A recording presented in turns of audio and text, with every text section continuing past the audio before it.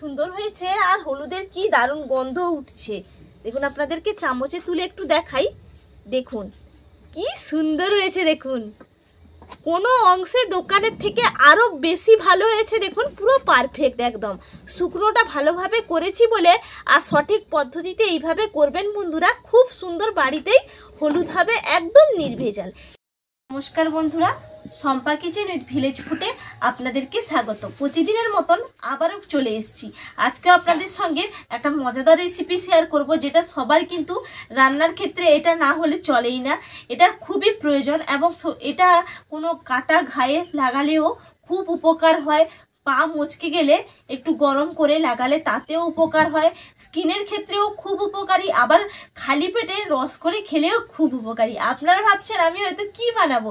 আজকে আমি একদম নির্ভেজাল কোনো রকম কেমিক্যাল ছাড়া হলুদের গুঁড়ো বাড়িতেই তৈরি করব। দেখুন আপনার দাদাভাই কাঁচা হলুদ নিয়ে এসছে, অনেকটাই এনেছে। এটা কিন্তু খালি পেটে যখন একটু 1 চামচ করে প্রতিদিন সকালে যদি খাওয়া যায় তাতেও অনেকটা উপকার হয়। আবার এটা পাউডার করে রাখলে একটু দুধের সঙ্গে ঘুটে খেলেও খুবই উপকার হয়। আপনারা অবশ্যই সবাই জানেন। তার জন্য যেগুলো বাজার থেকে কিনে আনা হয়, যত ভালো কোম্পানি হোক না কেন, তবু কিন্তু তার মধ্যে কিছু মেশানো থাকে। কিন্তু বাড়িতেই বানাবো একদম কোনো রকম কেমিক্যাল ছাড়া, খুব সুন্দর একটা পারফেক্ট কালারও আসবে। আর সঠিক পদ্ধতিতে বানালে একদম দারুণও বাড়িতে তৈরি হবে, সারা বছর আর কিনতে হবে না।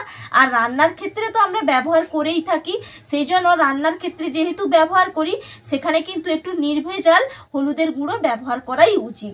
যেহেতু বাড়িতে বানিয়ে নেবেন এইভাবে, আর একদম খুব সস্তায়। এখন তো হলুদের দামও খুব এখন সস্তা আছে, সস্তা এই জন্য আপনাদের দাদাভাই কিনে এনেছে। এটা একটা চাষির কাছ থেকে কিনেছি বলে আর একটু সস্তা পেয়েছি। বাজার থেকে কিনে আনলে তা অনেকটা দাম পড়তো। তাহলে এটা আমি কি করে বানাই আপনারা দেখতে থাকুন। দেখুন কাঁচা হলুদগুলো আমি কিন্তু, যেহেতু মাটির নিচ থেকে খুঁড়ে নেওয়া হয়, সেই জন্য মাটি কাঁকড় লেগেই থাকে। এই জন্য ভালো করে ধুয়ে নেব। বালতির মধ্যে জল নিয়েছি, ভালো করে ধুয়ে নিচ্ছি আমি।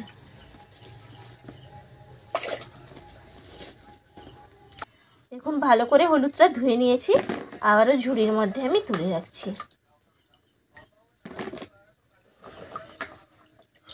ধোয়া তো হয়ে গেছে, আর একটা ঝুড়ির মধ্যে তুলে রেখেছি।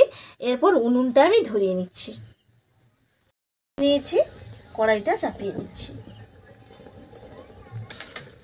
কড়াইটা গরম হয়ে গেছে, কড়াইয়ের মধ্যে আমি দিয়ে দিচ্ছি জল।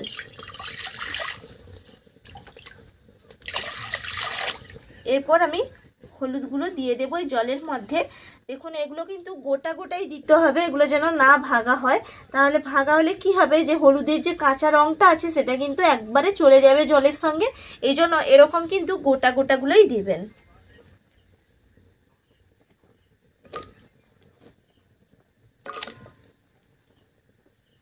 এরপর এটার মধ্যে আমি একটা ঢাকা চাপা লাগিয়ে দেবো স্টিলের ঢাকনা দিয়ে। থালাটা ঢাকিয়ে রেখে দিলাম। এরপর ভাপানো হতে থাক। দেখুন ঢাকা চাপাটা আমি খুলে দেখে নেব যে কতটা সেদ্ধ হয়েছে। দেখুন কিভাবে ফুটছে টকবক করে। একবারে ছান্তা দিয়ে একটা তুলি, তারপর দেখে নিচ্ছি। আর একটু কিন্তু বন্ধুরা ভাপিয়ে নিতে হবে, খুব আবার বেশি ভাপাবো না, একদম কিন্তু মিডিয়াম ভাবে ভাপিয়ে নিতে হবে। খুব বেশিও না আবার খুব কমও না, সেইভাবে ভাপিয়ে নিতে হবে। এরপর আবারও কিন্তু আমি ঢাকা চাপাটা লাগিয়ে নেব। কিন্তু ঢাকা চাপাটা খুলে দেখে নেব যে আর কতটা সেদ্ধ হয়েছে। আশা করি হয়ে গেছে হয়তো। হ্যাঁ, এটা একদম পারফেক্ট হয়েছে, কারণ খুব বেশি আবার সেদ্ধ করা যাবে না, তাহলে কিন্তু হলুদটা ভালো হবে না। এরপর আমি নামিয়ে নিচ্ছি। দেখুন ফুটো একটা জামবাটি নিয়েছি, এই জামবাটির মধ্যে কিন্তু জলটা পুরো ছেঁকে নিতে হবে। আর নিচে বালতিটা বসানো আছে।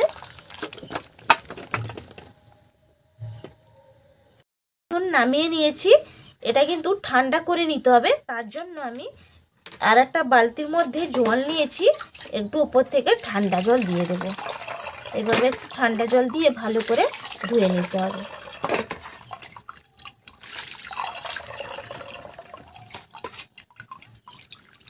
তারপর ভালো করে আবারও কিন্তু আমি জলটা ঝরিয়ে নেব।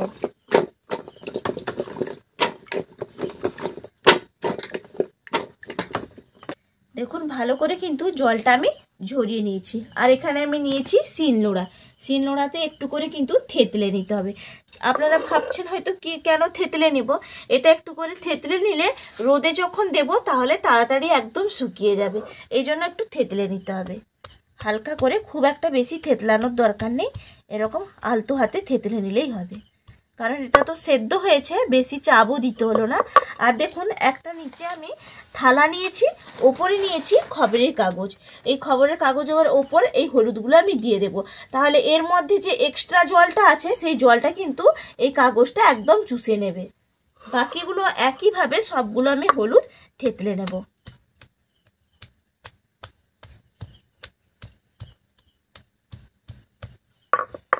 দেখুন এইভাবে কিন্তু সবগুলো দিয়ে দিচ্ছি।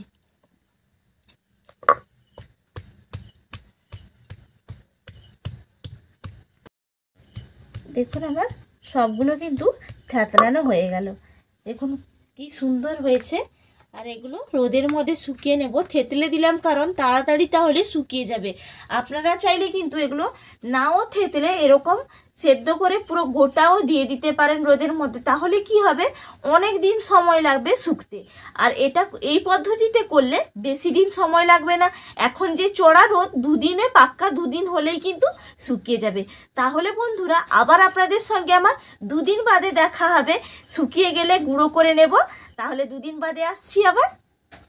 বন্ধুরা আমি প্রায় দুদিন বাদে কিন্তু আবারও ফিরে এলাম আপনাদের সামনে। আর হলুদটা কতটা শুকনো খটখটে হয়েছে, দেখুন কি সুন্দর শুকিয়ে গেছে। আর দেখুন কতটা ছিল, শুকিয়ে কিন্তু একবারে এইটুকু হয়ে গেছে, পারফেক্ট ভাবে শুকিয়েছে। দেখুন একদম কিন্তু হাতে দিতেই খটখটে ভাবে ভেঙে যাচ্ছে। দেখুন এইভাবে ভালো করে কিন্তু শুকনো করে নেবেন, তাহলে পাউডারটা ভালো হবে। আর আপনাদেরকে তো একটা কথা বলাও হয়নি, এটা আমি ওজনে নিয়েছিলাম 1 কেজি। দেখুন 1 কেজি পুরো শুকিয়ে কতটুকু হয়ে গেছে। আপনারা চাইলে আরো বেশিও নিতে পারেন। আর আপনারা বলতে পারেন হয়তো তাহলে এত পরিশ্রম করে বাড়িতে তাহলে বানাবো কেন। দেখুন বাড়িতে বানালে একদম নির্ভেজাল কত সুন্দর একটা হলুদ গুঁড়ো পেয়ে যাবেন।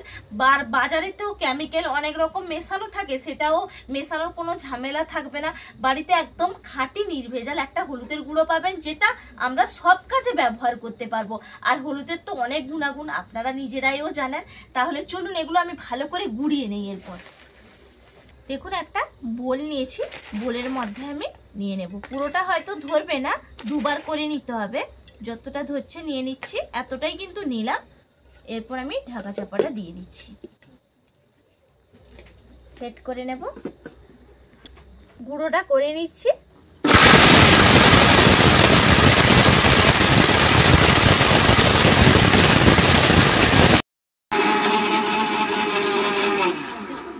কিন্তু মনে হচ্ছে একদম পারফেক্ট হয়ে গেছে। দেখুন ওপর থেকে কিন্তু পাউডার একদম হয়ে গেছে, আর হলুদ হলুদ দেখতেও লাগছে। ঢাকা চাপাটা খুলে নিই। দেখুন কি সুন্দর হয়েছে, আর হলুদের কি দারুণ গন্ধ উঠছে। দেখুন আপনাদেরকে চামচে তুলে একটু দেখাই। দেখুন কি সুন্দর হয়েছে। দেখুন কোনো অংশে দোকানের থেকে আরো বেশি ভালো হয়েছে। দেখুন পুরো পারফেক্ট একদম।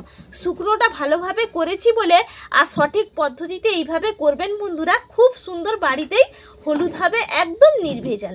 এটা একটু চালিয়ে নেব, নামিয়ে নিই। দেখুন একটা আমি চালুনি নিয়েছি, একটু কিন্তু চালিয়ে নেব। যদি এটার গায়ে তো একটা চোপা ভাব থাকে, সেই চোপা ভাবটা থাকবে না।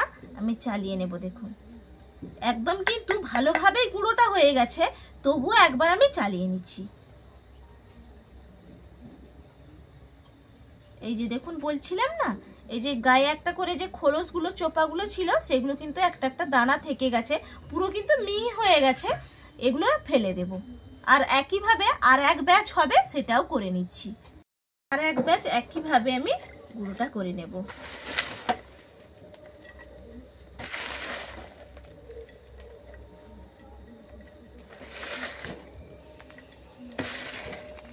পুরোটাই কিন্তু আমি নিয়ে নিলাম। এরপর ঢাকা চাপাটা লাগিয়ে নিচ্ছি। আর বন্ধুরা কি ঝাঁঝালো গন্ধ, পুরো খাঁটি হলুদ তো, এই জন্য পাউডারটা যখন করছিলাম ঢাকা চাপাটা খুললাম, একদম পুরো নাকে এসে পাউডারটা ঢুকলো, একদম ঝাঁঝালো হয়েছে। অল্প একটু রান্নার মধ্যে ব্যবহার করলে দারুণ কালার হবে। আর দেখুন অলরেডি হাতের মধ্যেও কিন্তু কালারটা কি সুন্দর আসছে। দেখুন গুঁড়োটা এরপর করে নিচ্ছি, সেটটা করে নেব।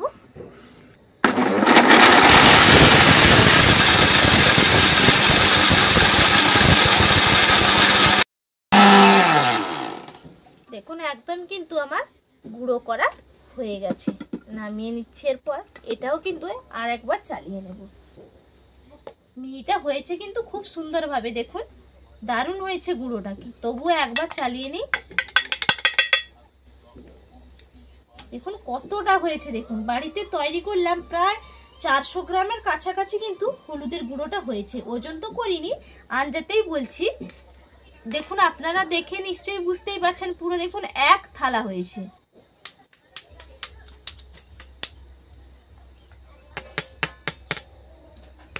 দেখুন একদম তো হলুদ গুঁড়োটা রেডি হয়ে গেছে, আর কতটা সুন্দর হয়েছে আপনারা নিজেরাই দেখেই বুঝতেই পারছেন। এটা আপনাদেরকে আর একটা আমি পরীক্ষা করেও দেখিয়ে দিই যে কতটা পারফেক্ট হয়েছে। তার জন্য দেখুন বন্ধুরা, আমি দুটো কাঁচের বাটি নিয়েছি। একটা কাঁচের বাটির মধ্যে আমি 1 চামচ নিলাম, আর একটা কাঁচের বাটির মধ্যে আমি 1 চামচ নিলাম। একটা কাঁচের বাটির মধ্যে আমি একটু জল দিয়ে দেব।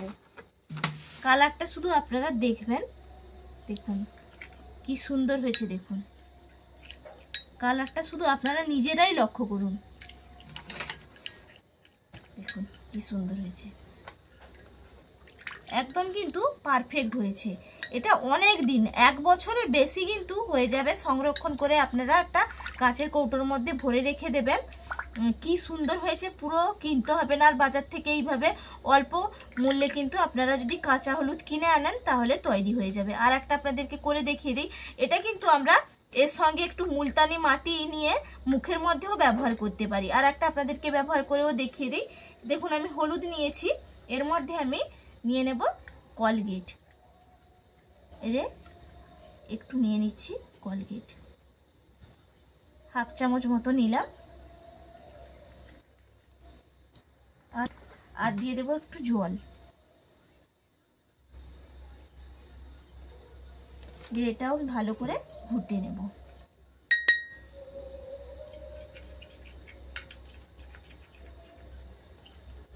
আর একটু জল লাগবে।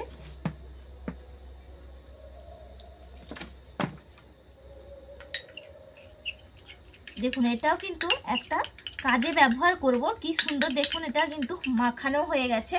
দেখুন আমাদের এই যে কুনুইগুলো কালো হয়ে যায়, এই ঘাড়ের দিকে কিন্তু কালো হয়ে যায়, সেগুলোর ক্ষেত্রে কিন্তু এভাবে হলুদ আর একটু এই যে কলগেট মেশালাম, তার সঙ্গে এই যে নিয়েছি পাতি লেবু, একটু গোল করে কেটে নিয়েছি, এর সঙ্গে দেখুন এইভাবে আমি লাগিয়ে নিচ্ছি।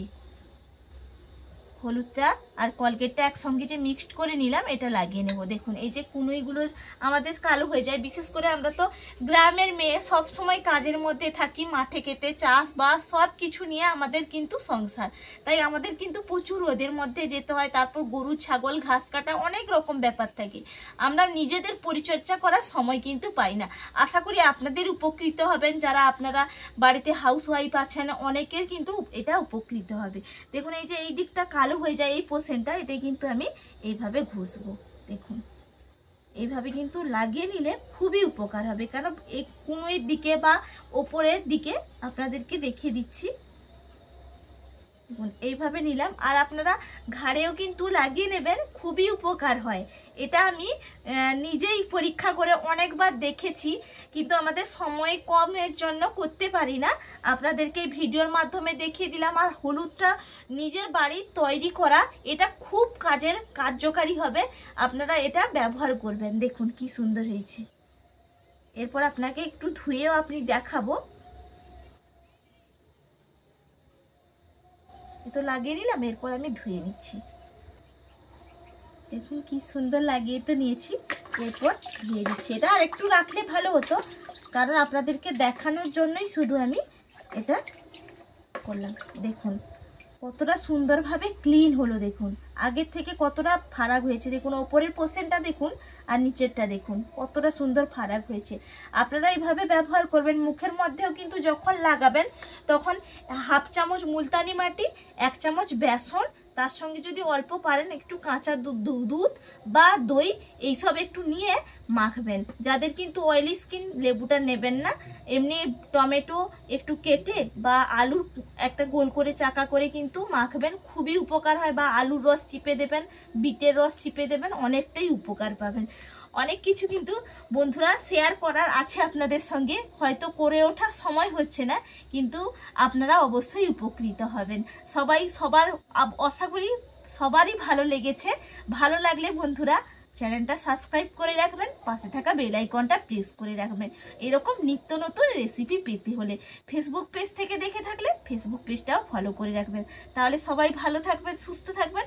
আবার আপনাদের সঙ্গে আমার পরের ভিডিওতে দেখা হবে।